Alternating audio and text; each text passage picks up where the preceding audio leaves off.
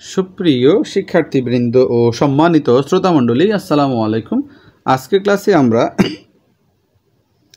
আলোচনা করব তৃতীয় শ্রেণীর গণিত বইয়ের ৮৬ পৃষ্ঠা থেকে। আপনারা যারা এই চ্যানেলে নতুন, এই চ্যানেলের প্লে লিস্টে দ্বিতীয় থেকে নবম শ্রেণীর বিভিন্ন ক্লাসগুলো সাজানো রয়েছে, প্রয়োজনে ক্লাসগুলো দেখে নিতে পারেন। মূল প্রশ্ন: একটি কাগজকে 4টি সমান অংশে ভাগ করা হয়েছে। প্রতিটি বাক্যে কি বলা হয়? এটা কাগজ, এই কাগজকে কি করা হয়েছে? সমান 4 খণ্ডে ভাগ করা হয়েছে। এখন প্রত্যেকটা খণ্ডকে কি বলা হবে? যে 4 টুকরা, তার মানে এইটার নাম হবে 4। নিচে থাকবে, হরটা থাকবে কি 4। এখন 1 টুকরা রং করা হলে তাহলে উপরে আমরা লিখব 1, তার মানে এটার নাম হবে 4 ভাগের 1 ভাগ। যদি এটা 8 টুকরা হতো আমরা তাহলে নিচে লিখতাম 8। যদি রং 3 টুকরা করা হতো উপরে লিখলাম 3, তাহলে বলবো 8 ভাগের 3। এখন কাগজকে যেহেতু 4টা টুকরো করা হয়েছে তাই নিচে থাকবে 4, অর্থাৎ হর হবে 4। রং করা হয়েছে 1 টুকরা, এজন্য এটার নাম হচ্ছে 1, তাই আমরা এটার নাম দেব 4 ভাগের 1। যখন আমরা সমগ্র বা পূর্ণ কোনো কিছু 2 অংশের 1টি নিই তখন আমরা বলি 2 ভাগের 1। যেহেতু 2 অংশ নিয়েছি সেই জন্য নিচে লিখব 2, আর 2 ভাগের থেকে একটা নেওয়া হয়েছে এই জন্য 2 ভাগের 1। তাই আমরা যদি সমান 4 অংশে ভাগ করি, একটা অংশ নিই, তখন লিখতে হবে 4 ভাগের 1 ভাগ। যখন আমরা একটা বস্তুকে সমান 4 অংশে ভাগ করি, এই অংশগুলোর একটিকে 1/4 বলা হয়। তাহলে 4 ভাগের 1 ভাগ বলে 1/4 বা 4 ভাগের 1 ভাগ বলি। অর্থাৎ উপরটাকে আমরা আগে বলবো, যদি 1/4 তাহলে 1/4, 2 থাকলে বলবো 2/4, উপরে 3 থাকলে আমরা বলবো 3/4। ঠিক আছে? যদি এখানে উপরে লেখা আছে 1, এর জন্য বলবো 1/4। যদি নিচে লেখা থাকতো 3 তাহলে বলবো 1/3। নিচে যদি 5 থাকতো তাহলে আমরা বলতাম 1/5, বা নিচেটাকে আগে বলে 4 ভাগের 1 ভাগ। আবার বলো 4 ভাগের 1 ভাগ। নিচেটা আমরা আগে বুঝে পড়ি 2 ভাগের 1 ভাগ। তাহলে 2 ভাগের 1 ভাগ এবং 4 ভাগের 1 ভাগ এরূপ সংখ্যাকে আমরা ভগ্নাংশ বলি। অর্থাৎ নিচে একটা সংখ্যা থাকবে, উপরে আরেকটা সংখ্যা থাকবে, এই জাতীয় ভগ্ন অংশগুলোকে আমরা বলি ভগ্নাংশ।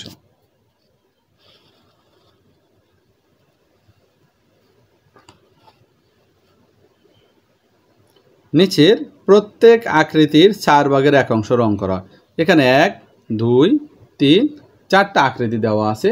এই 4টা আকৃতির প্রত্যেকটার আমরা 4 ভাগের 1 অংশ, অর্থাৎ 4 টুকরো করে 1 অংশ রং করব। এখানে 4টা টুকরো আছে, আমি এই টুকরাটি রং করেছি। তোমরা তোমাদের ইচ্ছে মতো যে কোনো একটা টুকরো রং করতে পারো, তখন সেই টুকরোটার নাম হবে 4 ভাগের 1 অংশ। এখানে একটা উপবৃত্তাকার যে একটা কাগজ টুকরো আছে, এই টুকরোকে কয়টা খণ্ড করা? 4টা খণ্ড, 1, 2, 3, 4, 4টা খণ্ড আছে। প্রতিটি আমরা একটা খণ্ড রং করেছি, তার মানে আমি কি করেছি? 4 ভাগের 1 অংশ রং করেছি। 4 টুকরো থাকলে নিচে কি হবে? 4, আমি 1 অংশ রং করলে লিখব 4 ভাগের 1।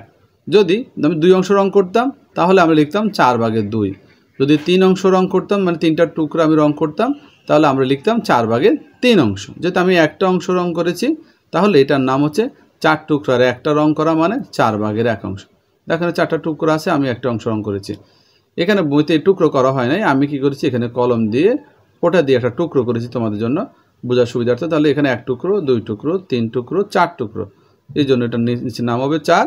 আর আমি যে কোনো একটা অংশ, এই অংশ, এই অংশ, তোমার যে অংশ পছন্দ যে কোনো একটা অংশ রং করবে, তাহলে সেটার নাম হবে 4 ভাগের 1 অংশ।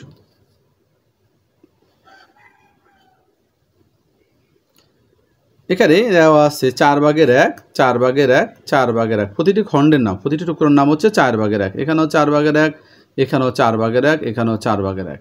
এই পুরোটা মিলে 1। এই 4 ভাগের 1, 4 ভাগের 1 টুকরো, 4 ভাগের 1 অংশ, 4 ভাগের 1 অংশ, সবগুলো মিলে কি হচ্ছে? 4টা 4 একত্রে রাখলে কি তৈরি হয়? 1 তৈরি হয়। 4টা 4 একত্রে রাখলে কি হয়? 1 তৈরি হয়। উপরে ছবিটি লক্ষ্য করো, এখানে টুকরো আছে। দেখো এখানে 2টা টুকরো করা হয়েছে, তাহলে দুটো টুকরোর মধ্যে একটা অংশ রং করা হয়েছে, তাহলে এটার নাম হবে 2/1 অংশ। এটা যেহেতু 4 টুকরো করা হয়েছে, তাই এটার নাম হবে 4/, রং করা হয়েছে 1 অংশ, এই জন্য বলবো 4/1 অংশ। এখানেও 4/1 অংশ, তারপর এখানে 4/2 অংশ রং করা হয়েছে। এখানেও এই দুইটা টুকরো করা হয়েছে, মানে 2/1 অংশ। এখানে 4টা টুকরো করা হয়েছে, তার মানে 4/1 অংশ রং করা হয়েছে। এখন আমাকে এই ছবিগুলো দেখে নিচে সঠিক উত্তর টিক চিহ্ন দিতে হবে। 4/1 হলো 2/1 থেকে বড়, ছোট নাকি সমান? বড়, সমান নাকি ছোট? এই দেখো 4/1 ভাগ, এই একটা টুকরো, আর 2/1 হচ্ছে একটা টুকরো। আমরা ছবি থেকে এই স্পষ্ট যে আমার 2/1 হচ্ছে বড়, 4/1 হচ্ছে ছোট। তা আমরা লিখতে পারি 4/1 হলো, এর কথা বলা হয়েছে, 4/1 হলো 2/1 চাইতে কি, তাহলে কি ছোট, তা ছোটতে টিক চিহ্ন দেব। আবার বলা হলো 4/1 2 টুকরা হলো 2/1 থেকে বড় না সমান না ছোট? 4/1 2 টুকরা, খেয়াল করো, 4/1 2 টুকরা, এই 4/1 1 টুকরা 1 টুকরা 2 টুকরা, খেয়াল করো, 4/1 1 টুকরা 1 টুকরা 2 টুকরা। এই 2 টুকরা 2/1 কি বড় না সমান? এটা কি করা হলো 4/1 2 টুকরা, তাহলে আমার এই যে 2/1 কি হবে, এটা সমান হবে। অর্থাৎ 4/2 টুকরা, এই 4/1 টুকরা 4/1 টুকরা মিলে কি হলো, এটা যদি আমরা 2 ভাগ কল্পনা করি, এইদিকে 1 টুকরা এদিকে 1 টুকরা, মোট 2 টুকরা, 2 টুকরা কি সমান হয়ে গেল না? অর্থাৎ 4/1 4/1 এরকম দুইটা যোগ করলে কি হয়, একটা 2/1 সমান হয়। 4/1 3 টুকরা, 4/1 যদি আমরা 3 টুকরা করি, 1 টুকরা 2 টুকরা আর একটা টুকরা 3 টুকরা, এই 3 টুকরা 2/1 চাইতে কী হবে, বড় হবে, কারণ 2/1 হচ্ছে ধরো অর্ধেক। আর যখন আমি 4/3 টুকরা নিই, তাহলে এটা অর্ধেকের চাইতে কি বেশি হয়। এর জন্য আমরা লিখতে পারি 4/1 3 টুকরা হলো 2/1 থেকে বড়। এখানে মিনা ডান পাশের চিত্রের গাঢ় রং করা অংশ তুলনা করে বলল 4/1 থেকে 2/1 ছোট। 4/1 থেকে নাকি 2/1 কি ছোট? মিনার তুলনা কি সঠিক হলো? কেন না, মিনার তুলনা সঠিক নয়, কারণ আমরা ছবিতে স্পষ্ট তো দেখি 4/1 থেকে 2/1 হচ্ছে আসলে বড়। মিনা বলল ছোট, তাহলে এটা ভুল, কারণ দুইটি 4/1, এখানে একটা 4/1 একটা 4/1 নিলে কি হয়, এই 2/1 সমান হয়, কারণ দুইটি এই 4/1 একত্র করলে 2/1 সমান হবে। এক্ষেত্রে 4/1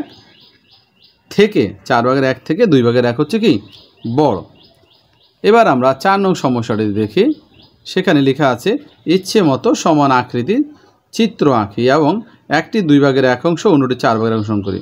তো আমরা একটা 2টা টুকরো, প্রথম হচ্ছে 2/1 অংশ, অর্থাৎ ওই ভগ্নাংশকে 2টা ভাগ করতে হবে। আমি 2টা ভাগ করলাম, তো এটার মধ্যে কয় ভাগ রং? 1 ভাগ রং। এটা টুকরো হচ্ছে 2টা, এই জন্য 2 যেহেতু, তাহলে 2 টুকরা করলাম।